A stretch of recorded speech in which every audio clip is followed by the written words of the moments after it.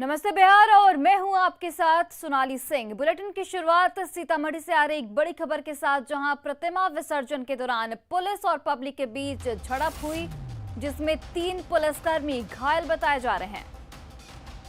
तो सीतामढ़ी में विसर्जन के दौरान पुलिस और पब्लिक के बीच झड़प में 3 पुलिसकर्मी घायल।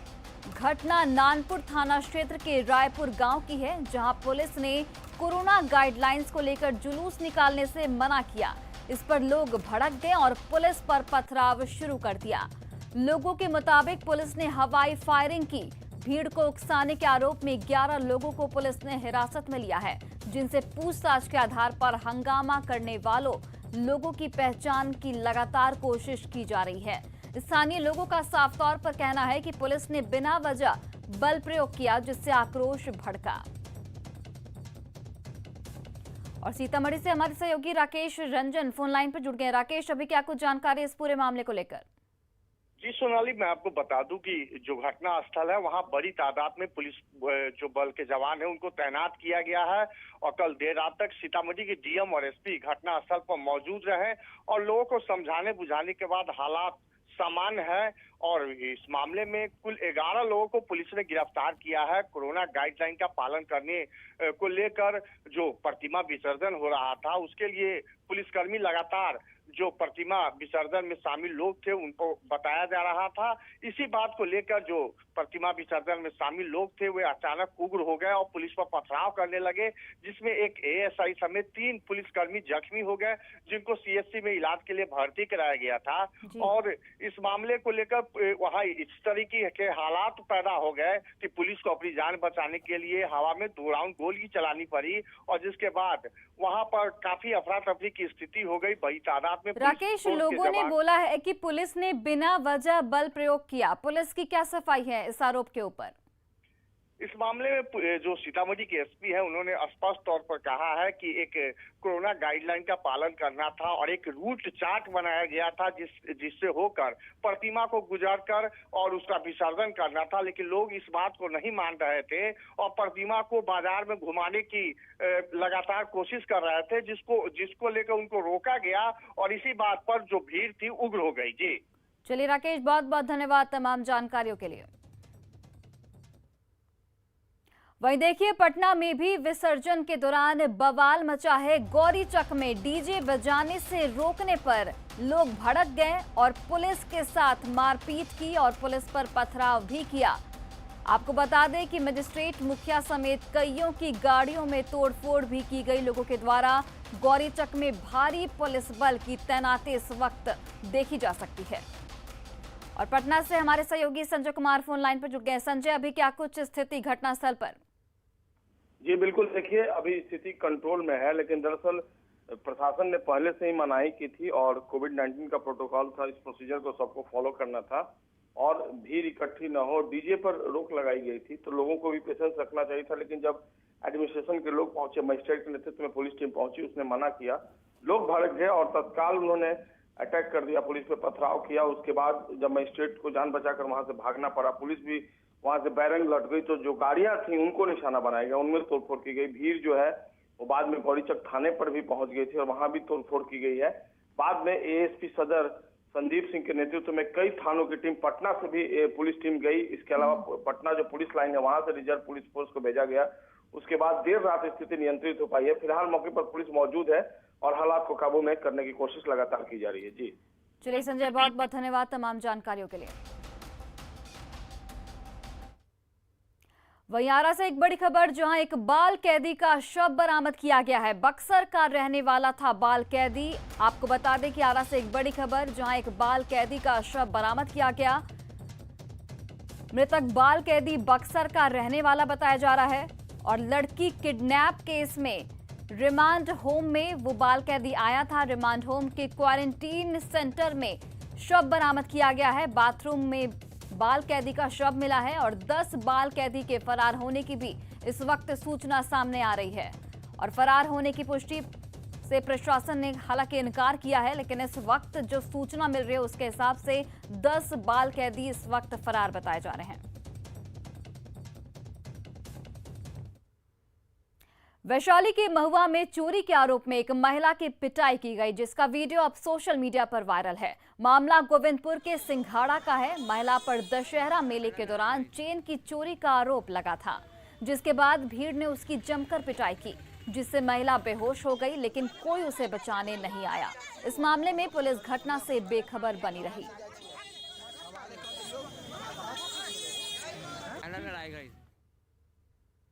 बगहा में एक सरकारी अस्पताल में 4 साल की बच्ची तड़पती रही और डॉक्टर के साथ स्वास्थ्य कर्मचारी गायब रहे। मधुबनी प्रखंड के सामुदायिक स्वास्थ्य केंद्र में बच्ची को लाया गया था, जहां बच्ची का इलाज नहीं हो पाया। इसके बाद परिजनों ने वीडियो बनाकर अधिकारियों से इलाज की गुहार लगाई। बच्ची सुमन कुमारी के पिता मुकेश नट का साफ तौर पर कहना है कि पैर जलने के बाद उसे अस्पताल लाया गया था, लेकिन सीएचसी में कोई मौजूद नहीं था। हंगामे के बाद डॉक्टर मौके पर पहुंचे, लेकिन दवा नहीं रहने की वजह से बगैर इलाज के ही लौटा दिया गया। इस बीच बच्ची दर्द से चीखती रही। जब मामला मीडिया तक पहुंचा तो कोई डॉक्टर कैमरे के सामने आने को तैयार नहीं दिखा।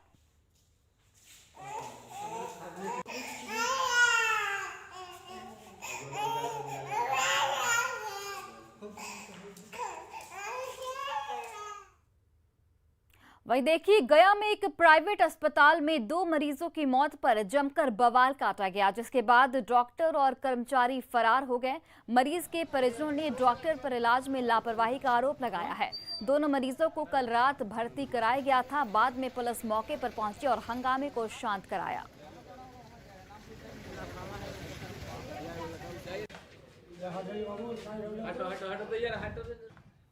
कार्रवाई होगी, सजोचित कानून का बरियों को दिया जाएगा बना। आप यहाँ किस लिए पहुंचे थे कि क्या सुने थे?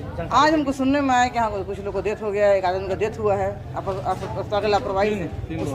लेकिन हमको नहीं पता है ना, जानकारी तुरंत भी हमारे खड़े, मुझे जानकारी नहीं है इसकी किसकी हुई। लेकिन ये सुने किसका डेथ हुआ। अस्पताल में कोई है नहीं, किससे पूछताछ किया जाए, कोई भी आदमी नहीं है, कोई भी नहीं है, नो नहीं।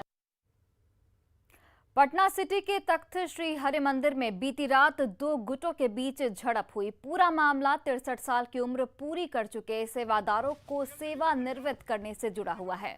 गुरुद्वारा प्रबंधक कमेटी के अध्यक्ष और महासचिव के इस फैसले के बाद वहां कार्यरत सेवादार भड़क उठे। गुरुद्वारा प्रबंधक कमेटी के सदस्य राजा सिंह के साथ कई सेवादारों ने कमेटी के अध्यक्ष अवतार सिंह और महासचिव इंद्रजीत सिंह के साथ न सिर्फ दुर्व्यवहार किया, बल्कि उनके साथ हाथापाई भी की। इस झड़प में अध्यक्ष अवतार सिंह हित मामूली रूप से घायल हो गए। मारपीट की यह पूरी वारदात तख्त श्री हरि मंदिर में लगे सीसीटीवी कैमरे में कैद हो गई है। तस्वीरों में आप साफ तौर पर देख सकते हैं कि किस तरह कमेटी के सदस्य राजा सिंह ने कमेटी के अध्यक्ष अवतार सिंह को धक्का दिया, जिससे वो फर्श पर गिरकर जख्मी हो गए। कमेटी के 2 गुटों के बीच झड़प से पूरे गुरुद्वारा परिसर में अफरा तफरी मच गई। इस दौरान घटना को कवर करने गए पत्रकारों के साथ भी मारपीट की गई। इस घटना के बाद गुरुद्वारा के बाहर बड़ी संख्या में पुलिस बलों को तैनात किया गया है।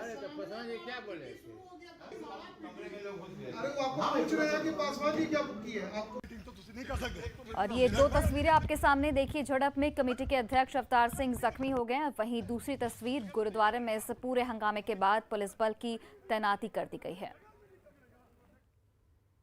पटना के राजा बाजार इलाके में प्रेमी जोड़ा करीब 2 घंटे तक हंगामा करता रहा। बताया जा रहा है कि 4 सालों से दोनों साथ रहते थे।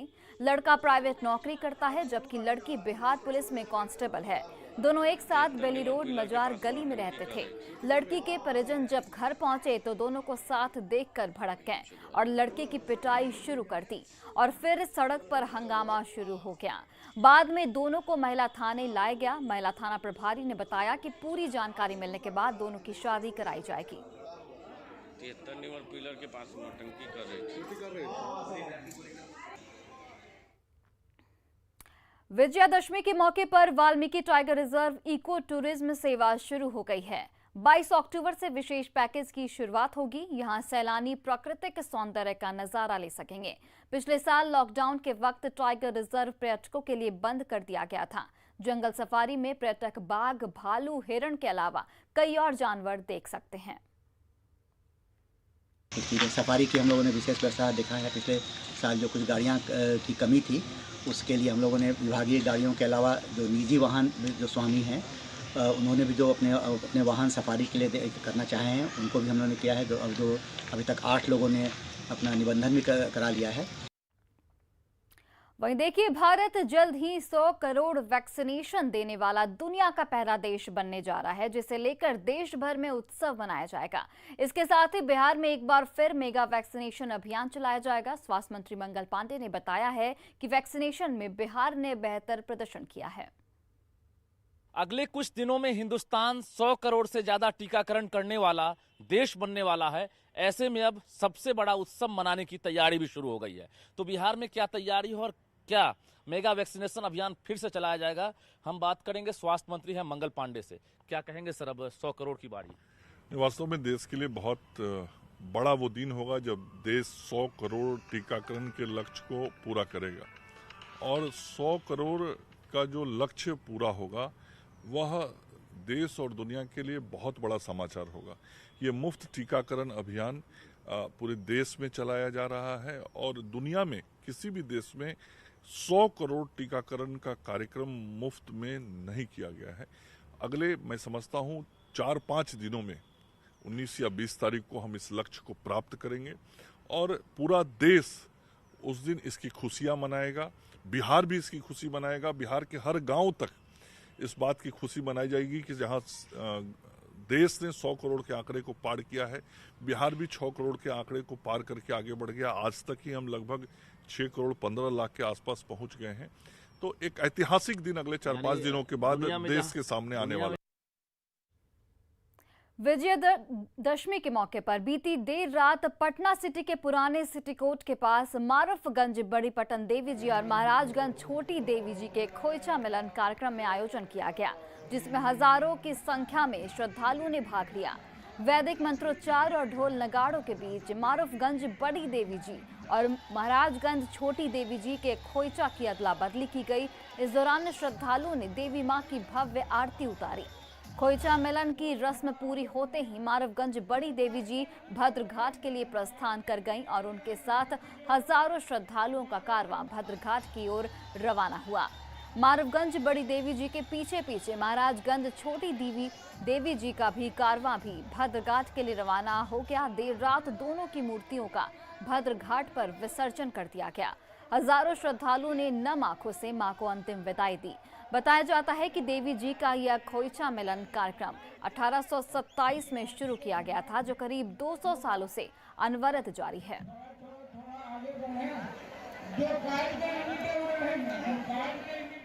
45 वर्षों से लगभग लगातार करते आ रहे हैं। हमसे पहले हमारे पिताजी, हमारे दादाजी ये लोग बताते थे इसकी महिमा कि 2 बहन का मिलन स्थल है।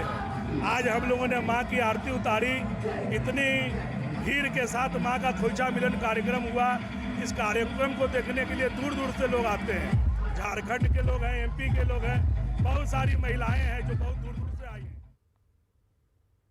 और देखिए, नवादा पुलिस प्रशासन पूरी तरह से अलर्ट दिखा। बीती देर रात नवादा एसपी और डीएम ने संयुक्त रूप से शहर के सभी इलाकों का भ्रमण किया। जिले के एसपी और जिलाधिकारी ने शहर के सभी प्रमुख मार्गों का पैदल ही भ्रमण किया और ड्यूटी पर तैनात सभी अधिकारियों का जायजा लिया।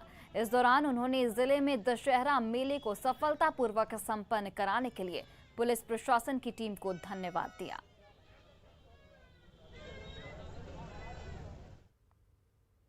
और फिलहाल रुकते हैं एक छोटे से ब्रेक के लिए।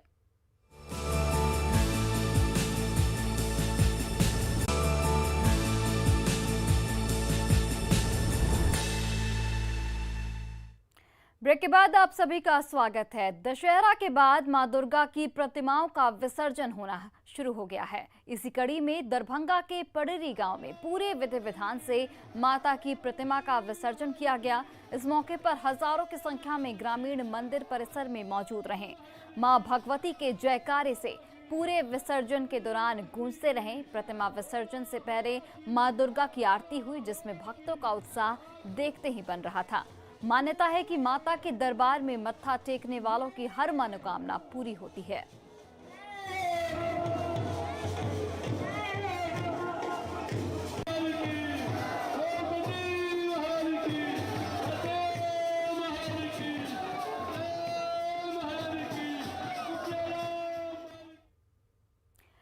20 अक्टूबर को कुशेश्वर स्थान विधानसभा सीट के लिए मतदान होना है और यहां इस बार का सबसे बड़ा चुनावी मुद्दा बाबा कुशेश्वरनाथ मंदिर का विकास है।